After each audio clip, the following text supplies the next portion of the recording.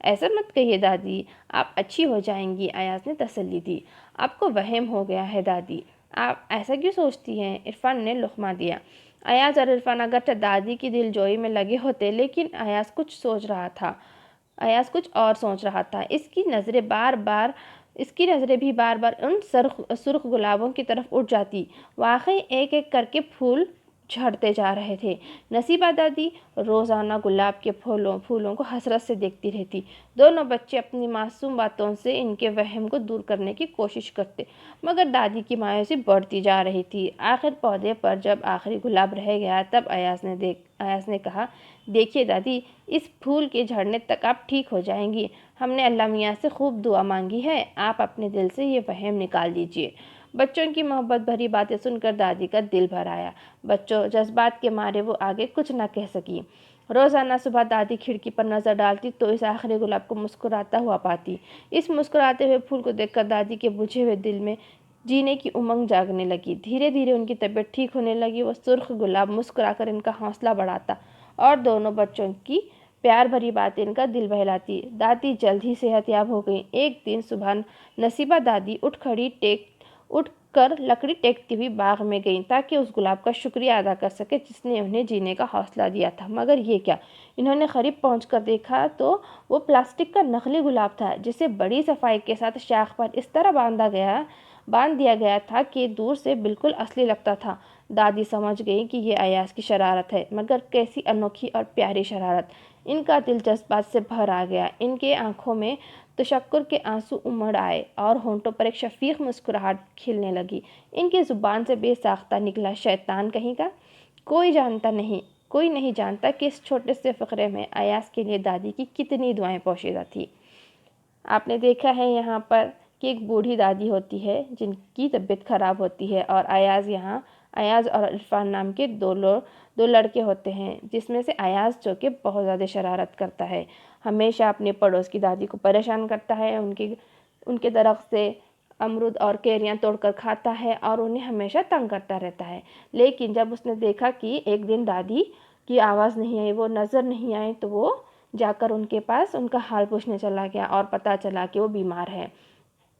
تو اس نے اپنی ساری شرارتیں بھول کر دادی کی دیکھ بھال کی، ڈاکٹر کو بلایا اور اپنے گلک کو توڑ کر اس میں سے پیسے نکال لیے، ڈاکٹر کی فیس ادا کی اور دادی کا روزانہ وہ دونوں مل کر خیال رکھنے لگے۔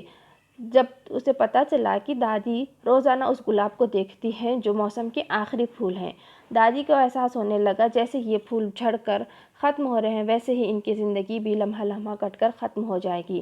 جب ایاز کو اس بات کا پتہ چلا کہ دادی روزانہ اسی پھول کو دیکھ کر پریشان ہوتی ہے، یا یہ وہم ان کے دل میں بیٹھ گیا ہے کہ جیسے یہ آخری گلاب بچا ہے، ویسے ہی ان کی زندگی بھی آخری وقت پر آ چکی ہے، تو وہ ایسا کرتا ہے کہ وہ وہاں پر بنا دادی کو سمجھ آئے ایک پلاسٹک کا گلاب لگا دیتا ہے، بالکل ایسا جیسے کہ دور سے دیکھنے پر ہمیں وہ اصلی معلوم ہو۔ اور دھیرے دھیرے دادی اس گلاب کو دیکھ کر اپنی ہمت باندھنے لگی اور انہیں جینے کا حوصلہ ملنے لگا، اور کچھ دنوں بعد دادی صحت یاب ہو گئی اور انہوں نے سوچا کہ چل کر اس گلاب کی میں شکر ادا کروں کہ اس کی وجہ سے مجھے ہمت ملی ہے۔ جب وہ قریب جا کر اس گلاب کو دیکھتی ہے تو وہ گلاب انہیں کون سا نظر آتا ہے؟ پلاسٹک کا نقلی گلاب تھا، جسے بڑی ہی صفائی کے ساتھ اس نے شاخ پر باندھ رکھا تھا۔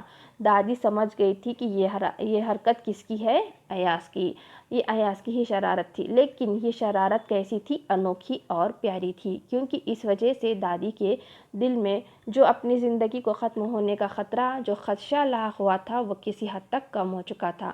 ان کا دل جذبات سے بھر گیا، آنکھوں میں تشکر یعنی کہ شکر کے آنسو امڑ آئے اور ہونٹوں پر ایک اچھی سی مسکراہٹ کھلنے لگی، یعنی کہ دادی نے ایاز کو کئی ساری دعائیں دی جو کہ اس فقرے میں پوشیدہ تھی کہ ان کے منہ سے کیا نکل گیا؟ شیطان کہیں کا، جو ہمیشہ شرارت کرتا رہتا ہے۔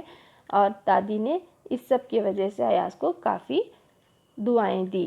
تو یہاں پر ہر وقت شرارت کرنے والا ایک لڑکا یہاں پر وقت آنے پر اپنی ذہانت سے اس نے وہ کام کر دکھایا کہ ایک خاتون کی جان بچ گئی اور ساتھ ہی ساتھ اس بوڑھی دادی کو جینے کا حوصلہ دے گیا۔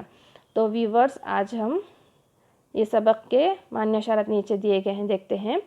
محبوب یعنی کہ پسندیدہ، معمول کے مطابق یعنی ہمیشہ کی طرح، صدر دروازہ یعنی داخلی دروازہ، گلک مٹی یا پلاسٹک کا چھوٹا ڈبہ نما برتن جس میں بچے پیسے جمع کرتے ہیں، جیسے آپ لوگ بھی پیسے جمع کرتے ہوں گے، اسے گلک کہتے ہیں۔ زندگی کا چراغ گل ہو جانا یعنی کہ موت کا آ جانا، معائنہ کرنا جانچنا، لقمہ دینا یعنی بیچ میں بولنا، امنگ خواہش، صحت یاب ہونا، بیماری کے بعد تندرست ہونا، تشکر یعنی کہ شکر، شفیق یعنی شفقت محبت بھری، بے ساختہ اچانک۔